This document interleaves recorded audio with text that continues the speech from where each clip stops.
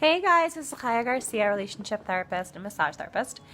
I was listening to a song on YouTube on my indie playlist while I was peeling sweet potatoes for my sweet potato pie for Shabbat.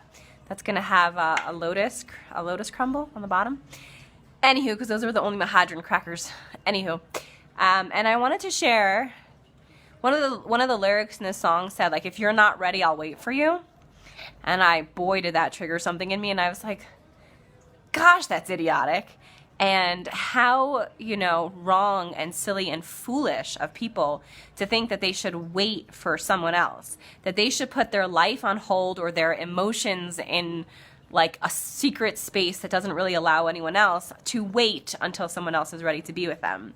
And I see this so frequently with my clients. I see it so frequently with my friends. I see it so frequently in program that people literally put their own lives and their own emotions and their own everything on hold and completely wrap it up in like a dirty bow, waiting for someone else to change, waiting for someone else to be ready, waiting for someone else to want them back, waiting for someone else to get healthy, waiting for someone else to get clean and be in recovery and finally be able to be with them in the way that they want.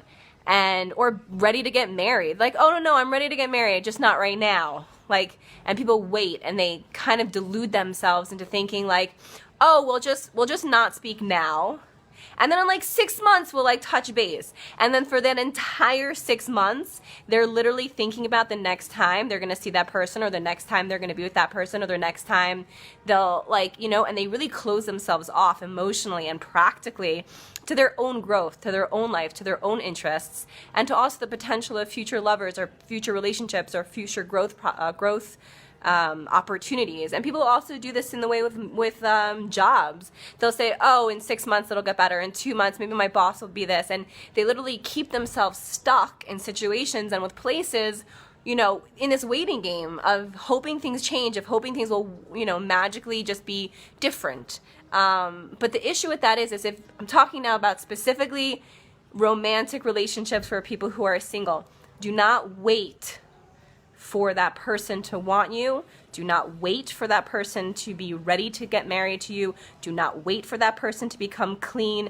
Do not wait. Do not put your life and your recovery and your healing on the back burner, hoping and waiting for someone else to change and become ready for what you think they can be.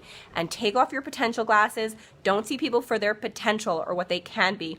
See people for who they are, not for what you think their best is or that one moment where you saw them shine. See them for who they are. Don't delude yourself to think that people are going to change or people are going to shift.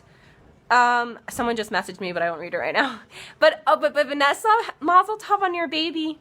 Anyway, so basically you should really focus on yourself and your own life. And the more you focus on yourself and the more you keep the focus on yourself, the more you'll actually be able to recognize what is real and what is false. And the more that you think that someone is going to change, the more you're taking away the energy and the focus of yourself and putting it on others, which is actually a form of distraction of yourself.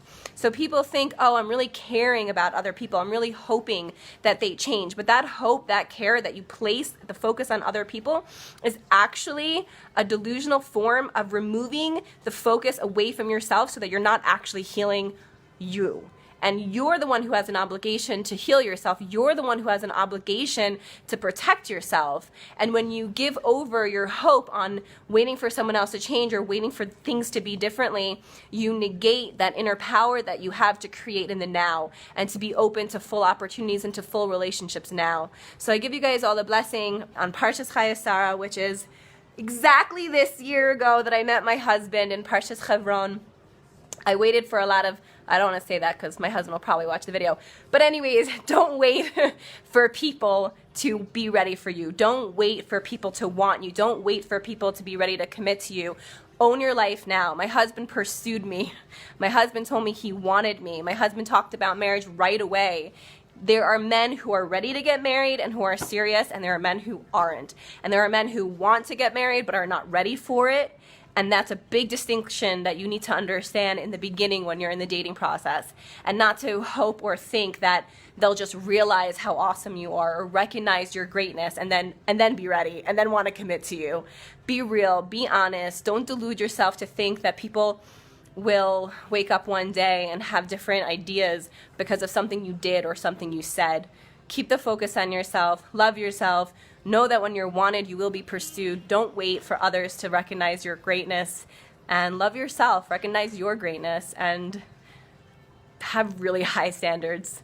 Shabbat Shalom. From one year to the next, I met him exactly last year. We got engaged, I am married, we're moving now to an amazing apartment. Life happens when it's right. It happens in a flow. It happens smoothly. Go with the flow. Trust the flow. Trust that God's taking care of you. Don't worry about time. Whether you're 20 or 30 or 25 or 35, don't worry about the time. It's all in God's hands. The more you focus on yourself and grow yourself, the more you'll be a vessel to receive your highest potential. So may you get your highest potential and never settle and have high standards. Peace. And if you need anything, you can contact me, as I do relationship counseling for a living. So, peace.